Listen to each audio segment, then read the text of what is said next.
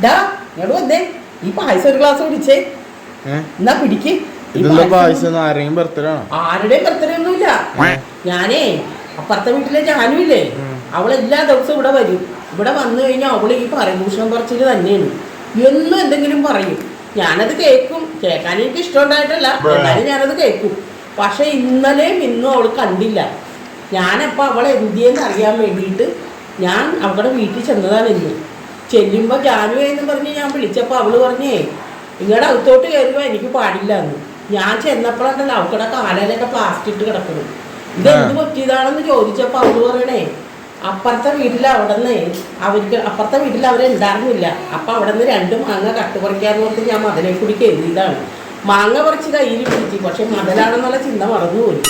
ഞാൻ ദൈവം അത് കിടക്കുന്നത് താഴേക്ക്. പിന്നെ എൻ്റെ പിള്ളേരൊക്കെ കൂടി കൊണ്ടുപോയിട്ട് പ്ലാസ്റ്റിക് ഇട്ട് കൊണ്ടുവന്നതാണ്. അതുകൊണ്ട് അവിടെ നിന്ന് ഞാൻ അതും കേട്ട് പറഞ്ഞ് ഇങ്ങോട്ട് പോകുന്നു. ആ സന്തോഷത്തിന് ഇവിടെ വന്ന് ഞാൻ പായസം വെച്ചതാണ്. നീ കുടിക്കണം.